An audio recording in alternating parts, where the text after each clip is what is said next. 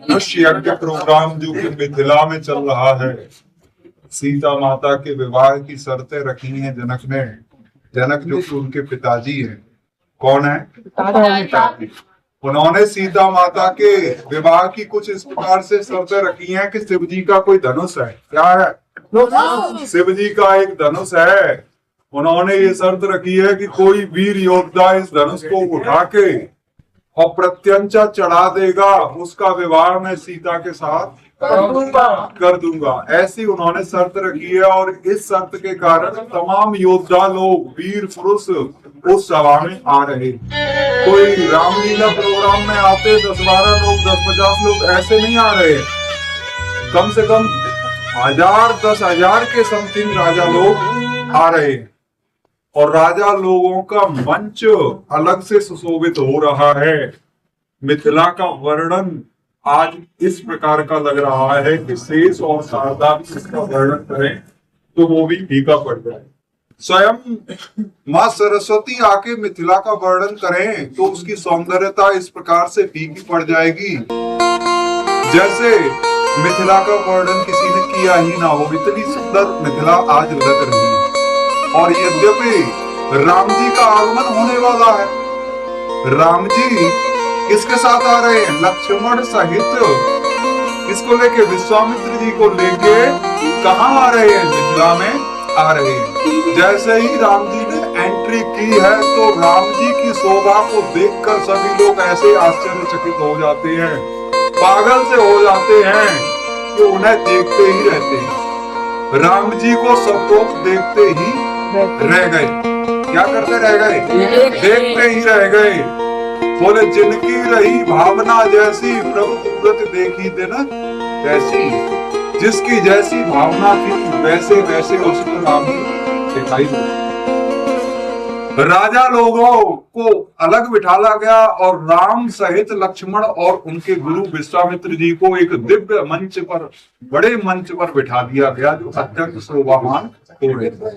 तो कई राजा लोग ये बात करते हैं कि ऐसा लग रहा है कि सीता के विवाह की जो बात है वो इसी राजकुमार के साथ तय कर दी है, हमें तो फोकट में बुलाया गया है। तो कुछ लोगों ने कहा अरे नहीं, ये बालक तो धनुष यज्ञ लीला देखने आए हैं, ये सीता के साथ विवाह कैसे करेंगे? ये धनुष को तोड़ ही नहीं पाएंगे। ये तो पुष्प की तरह कोमल बालक हैं, ये धनुष को कैसे तोड़ पाएंगे? ऐसी ऐसी बातें राजा लोग करते हैं। तो एक राजा कहता है ये धनुष तोड़ देंगे तो कछु न कर पाओने, धनुष तोड़ भी देंगे तो कुछ ना कर पाएंगे। बाद में इनकी पत्नी का हरण हम कर लेंगे, बाद में विवाह भी हो जाएगा तो हर के अपन ले जाएंगे, इनमें बल नहीं। ऐसी ऐसी बातें कर रहे थे। इधर राम सहित लक्ष्मण दोनों खुश हो रहे थे। सीता माता गौरी पूजन करने गई हैं। गौरी पूजन करने के बाद उन्होंने आशीर्वाद मांगा है माँ गौरी से। क्या आशीर्वाद मांगा है? कि जिसको मैं चाहूं वही धनुष को तोड़ पाए, सब लोग धनुष न तोड़ पाए। माँ गौरी ने सीता माता को आशीर्वाद दे दिया कि जाओ सीता, धनुष तोड़ने के लिए कितने भी वीर बलवान आए हों, लेकिन तुम चाहोगी धनुष वही तोड़ पाएगा। ये वरदान माँ गौरी ने सीता माता को दे दिया। इतना वरदान पाने के बाद भी सीता माता को संकोच हो रहा है कि कई धनुष, बड़े बड़े योद्धा आए हैं, किसी ने तोड़ दिया तो क्या होगा। दरबारी लोगों ने धनुष तोड़ने के ऊपर विवेचना दी। उन्होंने कहा सुनिए सभी दिक्पालों, सुनिए महाराजों, बड़े बड़े धुरंधर वीर पुरुष आए हुए इस सभा में सभी को न्योता दे रहे हैं। जो इस धनुष को तोड़ने के लिए आए हैं, आज मैं बता दे रहा हूँ राजा की आज्ञा से, जो कोई धनुष इस शिव जी के धनुष को तोड़ देगा उसका विवाह मैं किससे कर दूंगा? सीता माता के साथ कर दूंगा। माने जनक की लाडली वधू, क्या नाम है उसका? सीता। वो बिना ही विचार करे उसके साथ विवाहित कर दी जाएगी। ऐसी वाणी सुनकर सभी राजा लोग मन में हर्ष करते, एक दूसरे से बातें करते हैं कि वाह, ये धनुष तो बहुत ही पुराना लग रहा है, इसको उठा के तोड़ना कितना कठिन हो सकता है। तो कोई राजा बोलता है पता तो तब चलेगा जब इस धनुष को उठाओगे। बोले मेरी बारी आने दो, इस धनुष को ऐसे खंड खंड कर दूंगा जैसे ये धनुष पहले था ही नहीं। तो कोई बोलता है बीच में से कि बेटा तुम्हारी बारी आने से पहले कहीं किसी और ने तोड़ दिया तो क्या होगा। तो वो कहता है, क्या कहता है, वो कहता है फिर वो यहाँ से बच के नहीं जाएगा। अगर मेरे पहले किसी ने धनुष तोड़ दिया तो वो यहाँ से बच के नहीं जाएगा। ऐसी ऐसी बात करते हैं। जनक जो है मन में हर्ष करते हैं, मन में खुशी से पूरे नहीं समाते। अब जो प्रत्यंचा चढ़ाने के लिए राजा लोग आकर्षित होते हैं, वीर पुरुष खड़े होते हैं और धनुष को तोड़ने के लिए आगे बढ़ते हैं। धनुष को तोड़ना की बात कोई धनुष को हिला तक नहीं पाता, धनुष को कोई हिला तक नहीं पाता है। ऐसी विवेचना होती है। शिव जी का जो धनुष है वो कोई तोड़ नहीं पा रहा है। तो राजा जनक के अंदर उदासी छा गई। क्या छा गई? उदासी छा गई। बोले इस धनुष को कोई तोड़ नहीं पा रहा है। मैंने कैसी प्रत्यंचा कर ली, मैंने कैसी प्रतिज्ञा कर ली अपने मन में, अगर इस धनुष को कोई तोड़ नहीं पाएगा तो मेरी पुत्री आजीवन कुंवारी रहेगी। समझ रहे हो ना आप लोग? अगर इस धनुष को कोई तोड़ नहीं पाएगा तो मेरी पुत्री आजीवन कुंवारी रहेगी। और ये एक किसी वीर पुरुष में से तो टूटने वाला है नहीं। जब सभी लोगों ने अपना अपमान सहन किया तो 10,000 के समथिंग लोग इकट्ठे हो गए और धनुष को तोड़ने के लिए चल पड़े। धनुष फिर भी नहीं हिला। भूप सहस्त्र 10 एक ही बारा, लगे उठावन टरे नटावा। 10,000 लोग एक साथ जुड़ गए, धनुष को हिलाने लगे हैं। धनुष हिल नहीं रहा। क्यों नहीं हिल रहा है? क्योंकि गौरी माता ने आशीर्वाद सीता को क्या दिया है? जिसको तुम चाहोगी धनुष वही तोड़ पाएगा, शेष कोई नहीं तोड़ पाए। इतना आशीर्वाद किसने दिया था सीता माता को? गौरी माता ने। तो ये आशीर्वाद विफल तो हो नहीं सकता, फैल तो हो नहीं सकता। इस आशीर्वाद को ध्यान में रखते हुए जब सभी राजा लोग बैठ गए तो जनक एकदम उठकर खड़े हुए और चिल्ला के बोले, आज तुम लोगों ने ये दिखा दिया है कि पृथ्वी वीरों से रहित है। पृथ्वी पर कोई वीर पुरुष नहीं है। तुम लोगों में से अभी कितनी कितनी चर्चाएं हो रही थी कि मेरी बारी आने दो, इस धनुष को खंड खंड कर दूंगा, तुमसे पहले मैं तोड़ दूंगा, ये कर दूंगा, वो कर दूंगा। तुम लोगों में से कोई उसे तोड़ना तो दूर की बात, हिला तक नहीं पाया। आज ऐसा प्रतीत होता है कि इस धरती पर कोई वीर पुरुष रहा ही नहीं है। ये आकाशवाणी मुझसे कह रही है, मेरी ही चेतना मुझसे कह रही है, जनक लज्जा के मारे डूब मरो, अब इस धरती पर कोई वीर नहीं रहा है। इतनी बात सुनकर सभी राजाओं की गर्दनें नीचे की ओर झुक गई। लज्जा के मारे कैसी हो गई? नीचे की ओर झुक गई। लेकिन लक्ष्मण कहां सहन करने वाले? लक्ष्मण सहन करने वाले नहीं है। एकदम तन्ना के खड़े हुए और गुरुजी के पास बैठे थे, एकदम जाके कूद पड़े मंच के नीचे और जाके, क्या कह रहे हो जनक, क्या कह रहे हो? इस सभा में कोई वीर नहीं है? जिस सभा में रघुकुल में से कोई एक वंशज बैठा हो, उस सभा में ऐसी अपमानजनक बातें किसी के करने की साहस नहीं है। और वो सभा में बैठकर आप ऐसी बातें कर रहे हो। मैं राम की कसम खा के कह रहा हूं, मैं अपने भाई की कसम खा के कह रहा हूं, मेरी बारी आने दो। मैं इस धनुष को क्या, इस पूरे ब्रह्मांड को गेंद की तरह इस तरह से पटकूं तो उसके टुकड़े टुकड़े क्या हो जाए? टुकड़े टुकड़े टुकड़े हो जाएं। लक्ष्मण की ऐसी बातें सुनकर धरती डगमगाने लगी। जो राजा लोग बैठे थे वो सब एकदम हिल गए। का धरती डगमगाएगी तो सब बैठे बैठे संतुलन बिगड़ जाएगा ना। तो सब एकदम हिल पड़े। बोले बाप रे, ना छोटा सा बालक कितनी बड़ी बात कह रहा है, बोले पता ही नहीं चल रहा। तो लोगों ने शांत रहकर उसको गौर से देखा कि ये है कौन। बालक तो लग नहीं रहा, ये कोई परमात्मा ही होगा। इतनी बात सुनकर राम जी ने कहा, लक्ष्मण शांत रहिए, और गुरु ने कहा वत्स अपने आसन पर आइए। क्या कहा? अपने आसन पर आइए, ये काम तुम्हारा नहीं है। विश्वामित्र क्या कहते हैं लक्ष्मण से? ये काम तुम्हारा नहीं है, तुम अपने आसन पर आ जाइए। सब लोग ये सोच रहे हैं कि हुआ क्या है, समझ रहे हैं ना आप लोग। और सीता माता क्या सोच रही हैं? सीता माता ये सोच रही हैं चलो प्रभु नहीं बोलते, कम से कम छोटे भाई जो हैं वो बोलते तो हैं। इतना कुछ हो गया, इतनी अपमानजनक बातें हमारे पिताजी ने कही, प्रभु ने कुछ नहीं कह पाया। राम जी चुपचाप सुनते रहे, उन्होंने कुछ नहीं कहा। माने प्रभु बोलते नहीं है। चलो ये बात तो सही है, छोटे देवर भाई साहब बोलते तो हैं, घर में कोई बात होगी तो ये बता तो दिया करेंगे। अभी भी नहीं बोल रहे हैं तो अब कब बोलेंगे? इतनी बड़ी बात हो गई, प्रभु कुछ बोल ही नहीं रहे, तो कम से कम ये तो तय हुआ कि लक्ष्मण जी कुछ बोलते तो हैं। लक्ष्मण जी को बिठाला गया, गुरु ने आज्ञा दे दी, राम जी से कह दिया कि जाओ राम धनुष और अपना प्रताप दिखाओ। तो राम जी गुरु जी की आज्ञा को हृदय में स्वीकार करके गुरु जी को नमस्कार करते हुए आगे बढ़ते हैं। तो राजा लोग आपस में बातें करते हैं कि ये छोटे से दूध मुँहे बच्चे अब अपना प्रताप दिखाएंगे।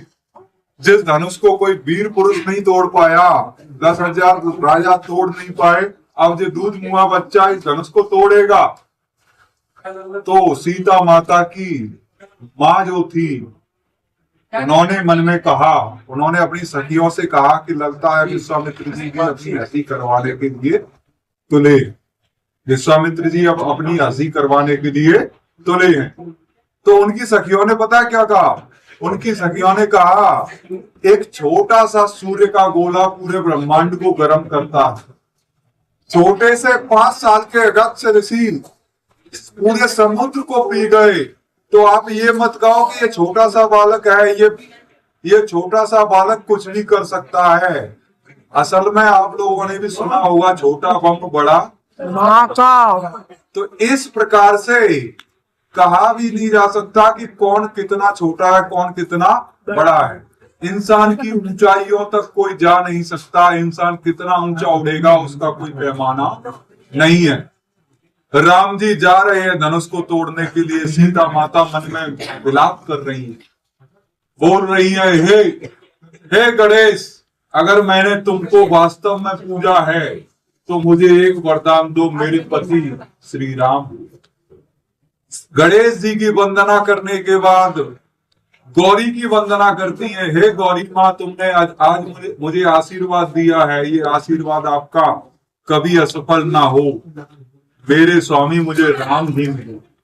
इतनी वंदना करके वो शंकर जी की वंदना करती है, हे शंकर, हे महेश, यदि मैंने तुम्हारी थोड़ी सी पूजा की है तो जिस तरह से तुमने पार्वती के ऊपर कृपा की वैसे ही मेरे ऊपर भी कृपा कर दीजिए, मुझे पति के रूप में राम ही मिले। सभी की वंदना करने के बाद सीता माता वंदना करती हैं धनुष की। किसकी वंदना करती हैं? धनुष की वंदना करती हैं कि हे धनुष माता, आपसे मेरा यही आग्रह है कि कोई भी तुम्हें तोड़ने के लिए आए आप खड़े मत होना, लेकिन जैसे ही स्वामी राम आए आपको तोड़ने के लिए आप तुरंत ही हल्की हो जाना, तुरंत ही उनके हाथों में आ जाना। मैंने सबको पूज लिया है, अब आपकी वंदना करती हूँ। सीता माता मन में विलास कर रही हैं। अब प्रभु श्री राम से वंदना करती हैं कि हे प्रभु, अब जितनी जल्दी हो सके उतनी जल्दी धनुष को तोड़ दो, अब मुझसे और रहा नहीं जा रहा। ये सीता माता कहती हैं, किससे कहती हैं? राम जी से कहती है। और राम जी सीता माता की बातें सब जान रहे हैं, क्योंकि वो तो भगवान है और भगवान को अपने सभी भक्तों की पहचान होती है।